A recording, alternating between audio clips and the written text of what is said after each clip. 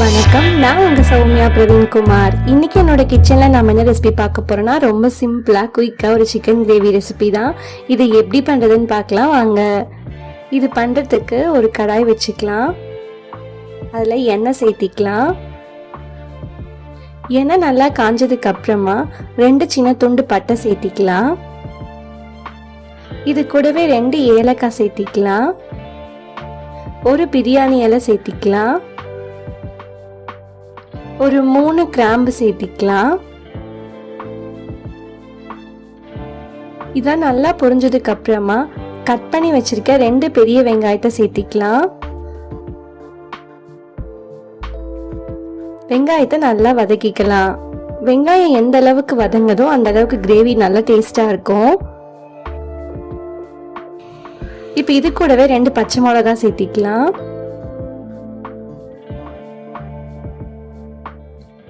நல்லா வதக்கிக்கலாம். இப்ப இதுக்கு தேவையான அளவு உப்பு சேர்த்திக்கலாம். நல்லா மிக்ஸ் பண்ணிக்கலாம்.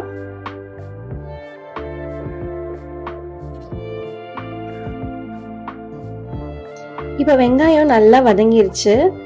இந்த ஸ்டேஜ்ல 1 டேபிள் ஸ்பூன் அளவுக்கு இஞ்சி பூண்டு விழுது சேர்த்திக்கலாம். இஞ்சி பூண்டோட பச்சை வாசனை போற அளவுக்கு நல்லா வதக்கிக்கலாம்.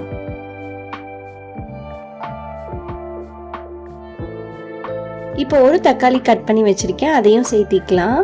தக்காளிக்கு பதிலாக நம்ம தக்காளி விழுதும் சேர்க்கலாம், நல்லா இருக்கும். இப்போ வெங்காயமும் தக்காளியும் நல்லா வதங்கி எண்ணெய் பிரிஞ்சு வர வரைக்கும் வெயிட் பண்ணலாம். எண்ணெயெல்லாம் நல்லா இந்த மாதிரி பிரிஞ்சு வந்ததுக்கு அப்புறமா 1/4 டீஸ்பூன் மஞ்சள் தூள் சேர்த்திக்கலாம். 1 டீஸ்பூன் அளவுக்கு மிளகாய் தூள் சேர்த்திக்கலாம். 1 டீஸ்பூன் அளவுக்கு மல்லித்தூள் சேர்த்திக்கலாம். ஒரு 1/4 டீஸ்பூன் கரம் மசாலா தூள் சேர்த்திக்கலாம். ஒரு 1/4 டீஸ்பூன் சீரகத்தூள் சேர்த்திக்கலாம். ஒரு 2 டீஸ்பூன் அளவுக்கு சிக்கன் மசாலா சேர்த்திக்கலாம். நான் சக்தி மசாலாவோட சிக்கன் மசாலா சேர்த்திருக்கேன். நீங்கள் வேறு எந்த மசால் தூளும் இல்லாமல் வெறும் சிக்கன் மசால் தூள் மட்டும் போட்டு இந்த கிரேவி பண்ணலாம். டேஸ்ட் நல்லாயிருக்கும்.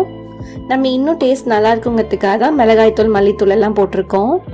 இப்போ இந்த மசால் பொடியோட பச்சை வாசனை போகிற அளவுக்கு நல்லா வதக்கிக்கலாம். நல்லா வதங்கினதுக்கு அப்புறமா 1/2 கிலோ சிக்கனை க்ளீன் பண்ணி வச்சுருக்கேன், அதை சேர்த்திக்கலாம். இந்த மசாலாவோட சிக்கனை நல்லா வதக்கி விட்டுக்கலாம்.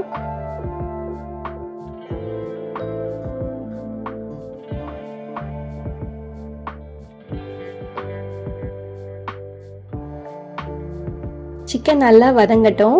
இப்போ நாம க்ளோஸ் பண்ணி ஒரு 5 நிமிஷம் வேக விடலாம். சிக்கன்லேருந்தே கொஞ்சம் தண்ணி விடும். இப்போ நல்லா கலந்துக்கலாம். நமக்கு கிரேவி பத்தாது, அதனால நம்ம இன்னும் தண்ணி ஊற்றி கொஞ்சம் வேக விடலாம். இல்லை உங்களுக்கு ட்ரையாக வேணும்னா இப்படியே மூடி வச்சு ஒரு 15 நிமிஷம் கழிச்சு நம்ம எடுத்துக்கலாம். அப்போ நல்லா ட்ரையாக சிக்கன் கிடைக்கும். இப்போ நம்ம கிரேவி மாதிரி பண்ண போகிறோம், அதனால தண்ணி சேர்த்திட்டு வேக விடலாம்.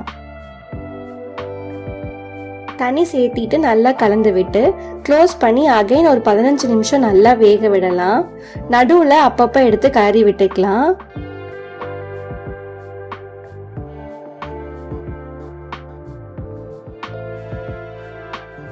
பதினஞ்சு நிமிஷம் ஆயிடுச்சு. சிக்கன் எல்லாமே நல்லா வெந்துருச்சு. எண்ணெயெல்லாம் இந்த மாதிரி மேலே பிரிஞ்சு வந்திருக்கு. இந்த ஸ்டேஜில் 1 கப்பு தேங்காய் பால் சேர்த்திக்கலாம். இது ஆப்ஷனல் தான், இது சேர்த்துனா கொஞ்சம் நல்லாயிருக்கும் டேஸ்ட்டு, அதனால் நம்ம சேர்த்திக்கலாம். இப்போ நல்லா கொதிக்க விடலாம். லோ ஃப்ளேம்லேயே நல்லா கொதிச்சு இந்த அளவுக்கு கொஞ்சம் திக்கானதுக்கு அப்புறமா நம்ம ஸ்டவ் ஆஃப் பண்ணிவிட்டு கொத்தமல்லி இலை தூவி இறக்கிக்கலாம். சூப்பரான ஒரு சிக்கன் கிரேவி இட்லி, தோசை, சப்பாத்தி, சாதத்துக்கெல்லாம் சூப்பராக இருக்கும். கண்டிப்பாக ட்ரை பண்ணி பாருங்கள். இந்த மாதிரி சிம்பிளான குயிக்கான ரெசிபிஸை உங்களுக்கு பார்க்கணுன்னா என்னோட சௌமியா இந்த கிச்சன் சேனலை மறக்காமல் சப்ஸ்கிரைப் பண்ணிக்கோங்க. தேங்க்யூ ஃபார் வாட்சிங் மை வீடியோ.